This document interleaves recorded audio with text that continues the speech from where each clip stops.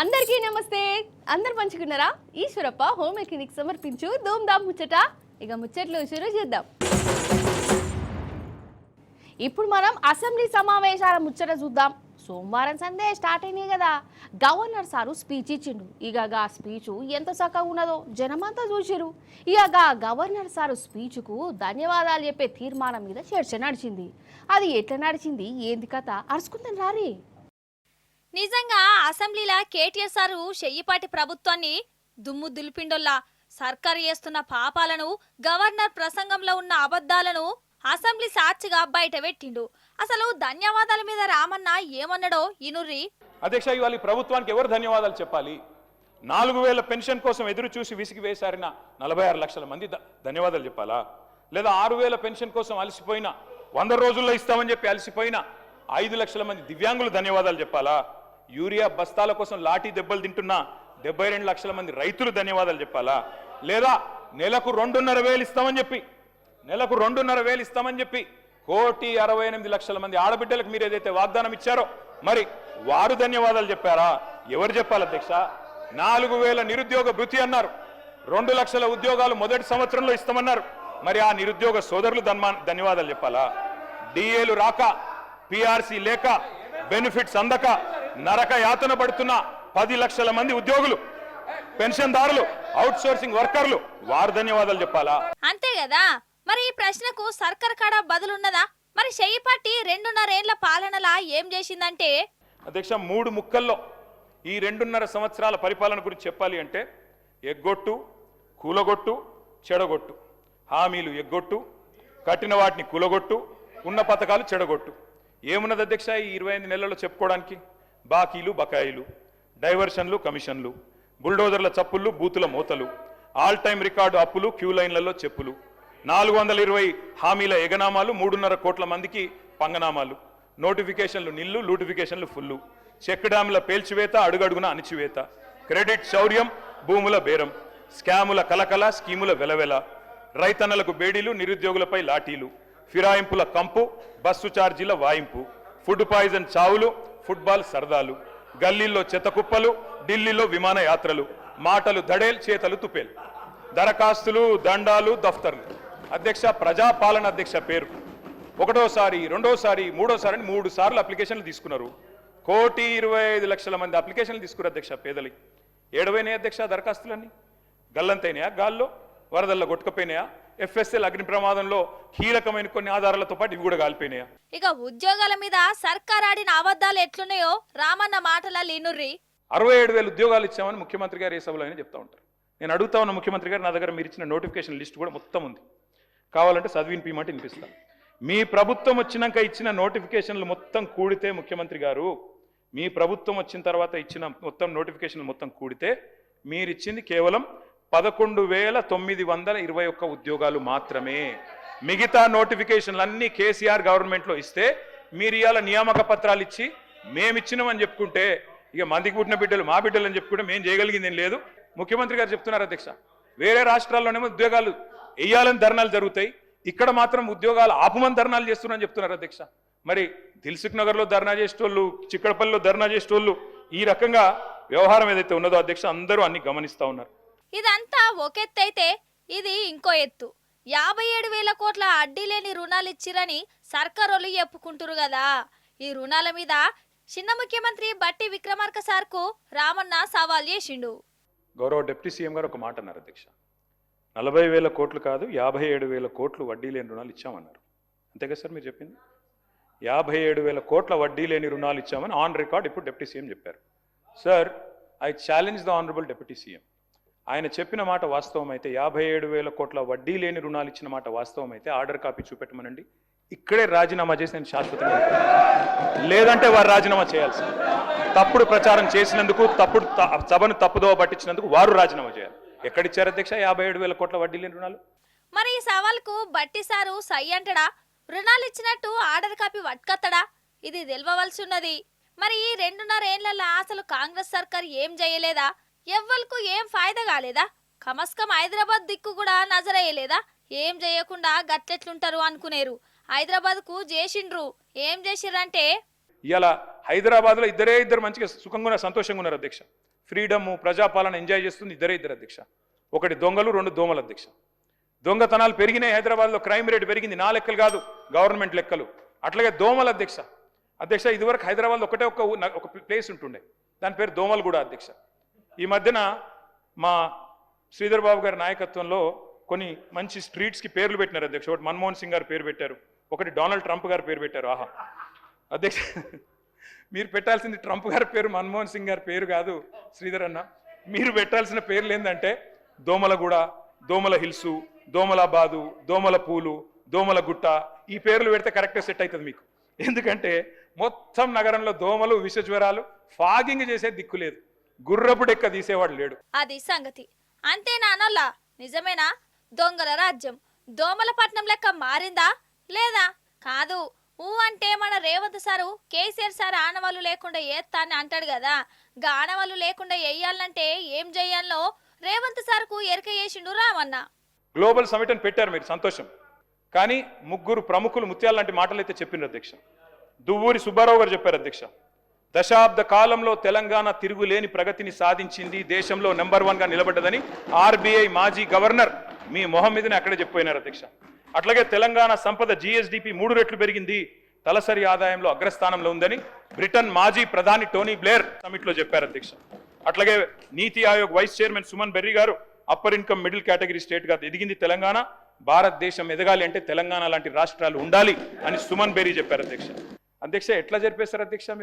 మీకు ఇష్టం లేకపోవచ్చు, ముఖ్యమంత్రి గారు మాట్లాడితే రాజశేఖర రెడ్డి గారి పేరు, చంద్రబాబు నాయుడు గారి పేరు చెప్తారు, కానీ 10 ఏళ్ళు తెలంగాణ తెచ్చి 10 ఏళ్ళు తెలంగాణ నగరభాగాన్ని నిలబెట్టిన కేసీఆర్ గారి పేరు చెప్పడం మీకు ఇష్టం లేదు. కానీ వాస్తవం ఏంది అధ్యక్ష? ఎట్లా జరిపేస్తారు కేసీఆర్ గారు ఆనవాళ్ళు? అడుగడుగున ఆనవాళ్ళు కేసీఆర్ గారివే కదా. మీరు కూర్చునే సెక్రటేరియట్ కట్టిందే కేసీఆర్ గారు, అట్లాగే ఇవాళ ముఖ్యమంత్రి గారు కూర్చుంటున్న కమాండ్ కంట్రోల్ సెంటర్ కట్టింది కేసీఆర్ గారు. మీరు ఫ్యూచర్ సిటీ అని బిల్డప్ ఇస్తే ఆ ఫ్యూచర్ సిటీ భూసేకరణ చేసిందే కేసీఆర్ గారు. అసలు తెలంగాణ రాష్ట్రమే కేసీఆర్ ఆనవాళ్ళు కదా, అంతకంటే ఏం చెప్పాలి మీకు?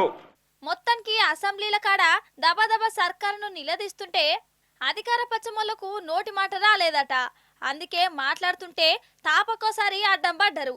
అంతేందుకు లాస్ట్కు రామన్న మాట్లాడుతుంటే కూడా కెమెరా స్పీకర్ సార్కే పెట్టిరు గాని ప్రతిపక్షంలో లీడర్ దిక్కు ఎక్కువ పెట్టలే.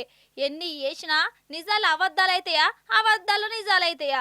ఈ పాటికే అందరికి అర్థమైపోయింది మన సర్కార్ వారి 2.5 ఏళ్ల పాలన ఎట్లున్నదో అని అంటుర్రు పబ్లిక్.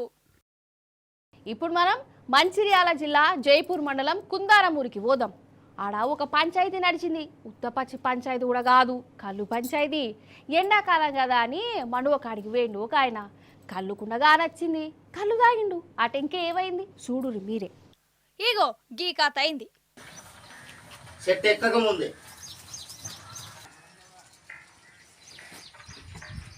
ఓ అయ్యా నీ దండం పెడతారు అయ్యా అనుకుంటా పోయినా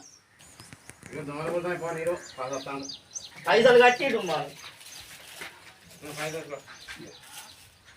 చూసినవా, స్తంభానికి కట్టేసిండు గౌడ్ సాబు.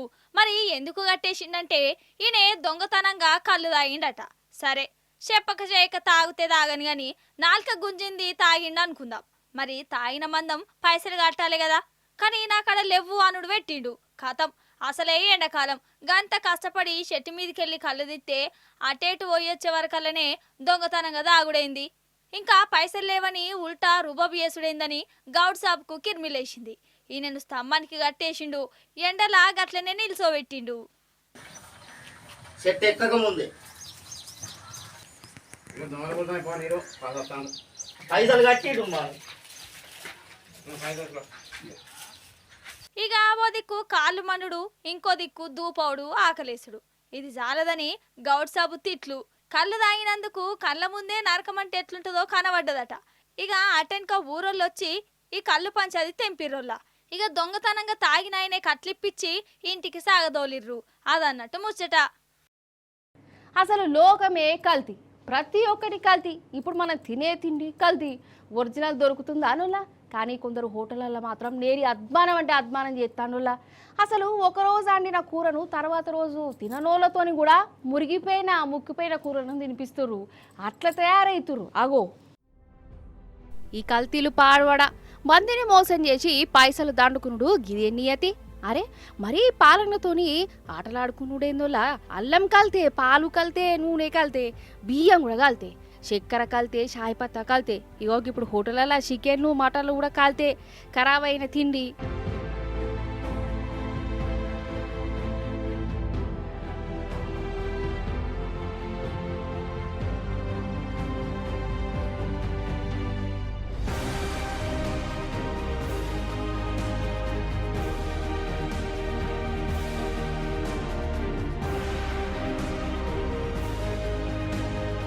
ఇక పార్షిగుట్టాలనులా చికెన్ సెంటర్లా జీహెచ్ఎంసీ ఆఫీసర్లను టాస్క్ ఫోర్స్ పోలీసులు చెకింగ్ చేసిరు.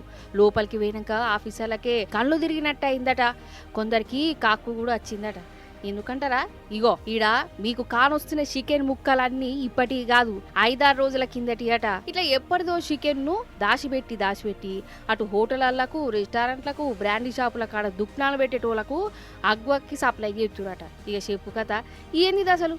మరి కొనేటోళ్ళేమన్నా తెలియక కొంటుర్రా అంటే వాళ్ళు కూడా అంత ఎరికే కొంటురట. మనం తింటావా, జనాలకే నాయ అంటగట్టేది అనుకుంటా. ఇట్లా బుడ్డిపోయిన కరువైన చికెన్ వండి జనాలకు అంటగడుతురు. ఎంత అన్యాయం ఇది అసలు. ఇగో ఇదంతా 800 కిలోల చికెను ఎన్నొద్దుల సంది దాస్తాండో మహానుభావుడు. ఏంది అసలు. అసలు తినాలనా అద్దా, బతకన్నా లేదా?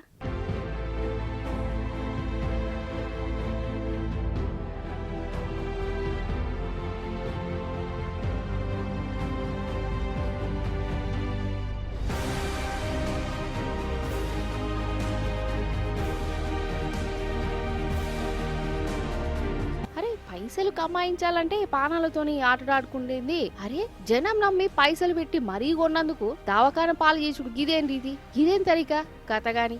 ఇగో గిట్ల తయారైతురోలా ఆడాయిడా అని కాదు, అంతటా గట్లని ఉన్నారు. ప్రతి ఒక్కటి కల్తీ చేసుకుంటా మందిని ముంచుతూనే ఉన్నారు.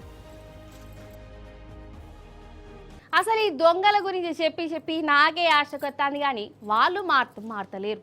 మన కేటీఆర్ సార్ అన్నట్టు దొంగలు దోసుకుపోతూనే ఉన్నారు. పగలు రాత్రి అన్న ఫరకు లేదు, వాళ్ళ పనితనం చూయిస్తున్నారు. అసలు మనల్ని ఎవర్రా ఆపేది అనుకుంటా జలాలను దోసుకుంటూనే ఉన్నారు. అసలు వాళ్ళకు గంత ధైర్యం ఏడికెళ్ళి వచ్చింది కావచ్చు. ఇగో ఈ దొంగల కథ చూడు ఏం చేసిరో. నిజంగా ఈ నడమ దొంగలు బాగానే రెచ్చిపోతురులా. వాళ్ళకు అడ్డు ఆదుపు లేకుండా పోతున్నది. ఇల్లు గుళ్ళు బళ్ళు గిట్ల ఏం చూస్తలేరు. రోడ్డు మీద పోయేటోళ్ళను కూడా ఇడిచిపెడతలేరు. పట్టపగటిలే లూటీలు చేస్తాండ్రు. అంతేందుకు ఈ రంగారెడ్డి జిల్లా జహీరాబాద్ లా పట్టపగటిలి 8 లక్షలు ఎత్తుకుపోయారు దొంగలు. అయితే పాపం వీళ్ళు భూమి రిజిస్ట్రేషన్ చేసుకునే తందుకు 8 లక్షలు బ్యాంకులకు వెళ్ళి తీసిరట. ఏనంగా చూసిరో దొంగగాలు వీళ్ళెమ్మడే వేరు కథం. అగ చూడు ఎంత జాగ్రత్తగా కొట్టేసిరో.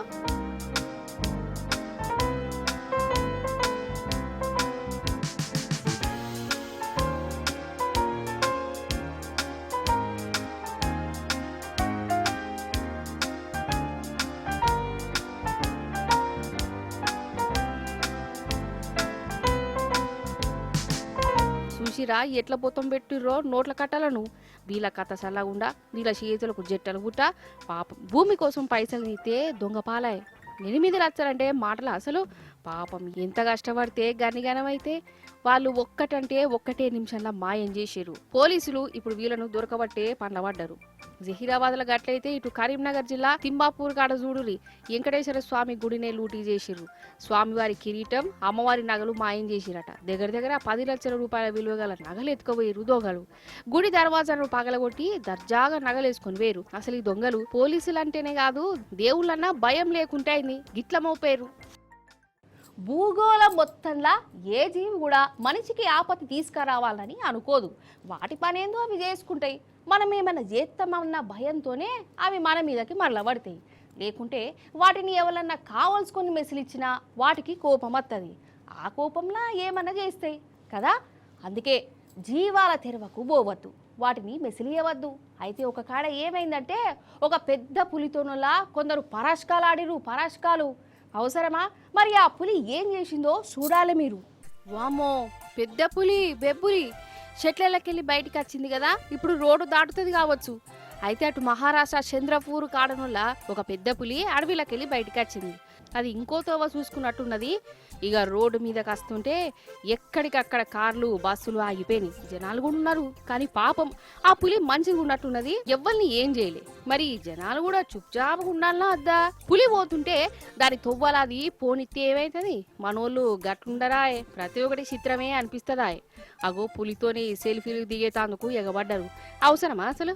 అంటే ఆ పులి మౌనవ్రతమో లేకుంటే దీక్షల్లో ఉన్నదని ఈ జనాలు ఇట్లా రెచ్చిపోయి ఫోటోలకు ఎగబడచ్చునా కథ గాని? అగర్సే దానికే గనక కిర్మిలేస్తే వాళ్ళు ఈడ ఉందురానుల్లా.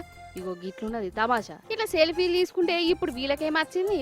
అసలు నన్ను అడిగితే జనం కంటే కూడా ఈ పెద్ద పులి గుణమే మంచిగా అనిపించింది. ముంగట గంత మంది ఉన్నా గంత గాయ చేస్తున్నా ఎవ్వరు తెరవకు పోకుండా దాని పోకట అది పోయింది. అందుకే అంట ఏ జీవి కూడా కావలసుకొని ఎవరిని ఏమనేది, దాన్ని మనం ఏమన్నా అంటామో అన్న భయంతోనే మన మీదకి వస్తుంది. వాటిని ఏం చేయనంత కాలం అవి కూడా ఏం చెయ్యాయి. కానీ గిట్ల చేస్తేనే వాడికి బీపీలు లేతాయి ఆగం బట్టి. చూసిరు కదా, గిదిగి వాళ్ళ ముచ్చట్లు. మళ్ళీ వచ్చే పారి మంచి మంచి ముచ్చట్లను పట్టుకన్నత్తా ఉంటా మరి.